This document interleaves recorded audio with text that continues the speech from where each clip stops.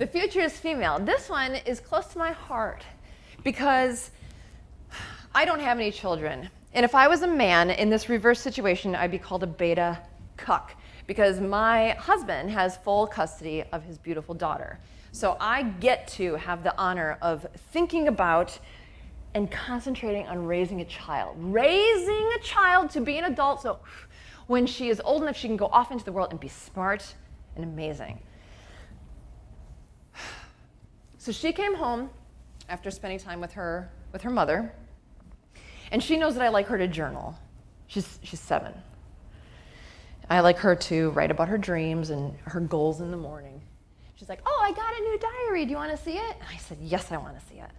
So she came out, and it said, I'm a little feminist. Oh, no. No, you're not. Okay. And then I opened it up, and it said, the future is female. So I said, can I have that? And I ran downstairs. I'm like, I'm looking at my husband right now. Did you see this? He's like, poor guy, no. Can I talk to her about this? Yes, okay. So I said, young lady, you don't even know what a feminist is. So I'm not going to go into that, but I'm slowly going to try to tempt you out of feminism as you grow up. But when you get older, you're going to have to decide for yourself. But the future is female. Okay, let's talk about your dad. Do you love your dad? I love my dad so much. Okay, so why do you love your dad? What does he do? Well, he provides and he leads in the prayer, and he's funny, and he's really good at tickles, and we go on bike rides, and he wrestles, and okay, great. And then we went through all the men in our life. Are they good? Yeah, they're great. Okay, well, what about your mom? Yeah, she's awesome. Okay, why? Well, she teaches me, and she cooks, and okay, what about Jennifer? And what about all the women? I said, and she wants to be grown up so much. I said, when you're a big girl, do you want to just hang out with women? She's like, no. I'm like, me neither. Do you want a husband one day? Yeah. Do you want your dad to be around? Yes. So we added male and. So now it says the future is male and female. We have to fight against this. If you don't raise your children, one day you'll have to fight them. So I think that we have to catch children. I know this, it almost sounds culty, but minds are malleable at any age. But we have to, I think, catch children and just raise them with logic and nurturing, and I think they'll come out ahead. Honorable conversations cannot be had with someone who's hysterical. I think that most feminists are pretty hysterical, men and women.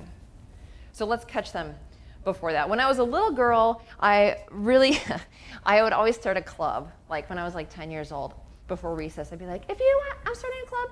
And if you want to be a part of my club, just come and sign up. And guess what? All the girls would come and sign up for a club. What are we going to do? Nothing. They just want to be a part of something. We all just want to be a part of something. So I think of feminism, it's just a thing that women do. It's a club. It's a sisterhood. I have no problem with that, but it's it is toxic. I think of gangs for men, well, and women.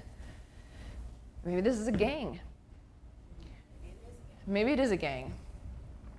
So how do we catch that before? Well, it was difficult because, like I said, I always like to go first with a speech because every speech that we heard, I looked at my husband and was like, I'm going to talk about that. I'm going to talk about that. I'm going to talk about that. So everyone that spoke is probably like, what a poacher. We talked about that.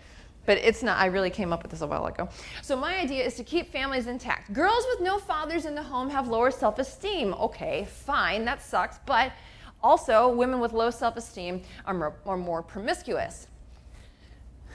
Girls with high self-esteem don't have, sex. Boys with high self-esteem have more sex, but hopefully they're covering that over there. No father families more likely to be victims of abuse, especially with single mothers. Single mothers men just tend to be more predatorial. But either way, there's violence and abuse. And this is sexual and physical. We know this. Children with high BMI more often come from fatherless homes. Here's something interesting. Say that word, I can't say it. Authoritarian. Thank you. Fathers have the fittest children. I thought that was kind of cool. I'm not saying that I want that, but you just be whatever you want. But that was really interesting to me. The more opportunities a child has to interact with biological father, the less likely they are to commit a crime or have contact with the juvenile justice system. Okay, another way to say that is men and women who are incarcerated, the population of the prisons mostly encompass fatherless homes. Now, here's something that no one else has mentioned, which I think is cool, and I don't really say this eloquently. If a man and wife raise a child, they're less likely to end up in jail, but they have the same statistical chance as children raised by just their father. So if we want to keep children, adults, out of prison, mother, father, or just father. Well, we don't want to hear just father, so let's try to keep the families intact. I think that just seems better. And the other thing I would say, and no one talks about this, if you, and I didn't know if I was going to talk about this or not either, but if you get a divorce, you're going to have to live and die with it. And I don't want you to, at the end of your 5 minutes, to realize that you took advantage of a system. Like, I understand that you can get a lot of money, but you don't have to do that. I just want you to have integrity. I have a video called, it has far too views. I feel like all my really interesting videos have low views and all of my contentious ones have high views, but of course that's it. That's just the way it goes. But it's called Deathbed Meditations. And I did this thing once. I feel like there's two types of fantasies. There's the ones that you create, like when you're a girl and you go out with a guy, or a guy goes out with a woman and they're like, I think this could be something. I think I'm going to take him on a picnic, and then maybe the picnic will go good. Okay, I'll make that sandwich that I really like. And I'll do it. You know what I mean? It's like a fantasy that you create. And then there's the ones that are like, I thank God no one can get into my head. I had no idea where that thought came from. But I did this purposeful fantasy of dying. And I started naming it in my deathbed meditation. So I'd lay in bed, and I would force myself to be on like my deathbed. So I have 3 minutes, 2 minutes, 1 minute, dead. And the first time I did it, it was so impactful. I felt and my family was around me in my fantasy.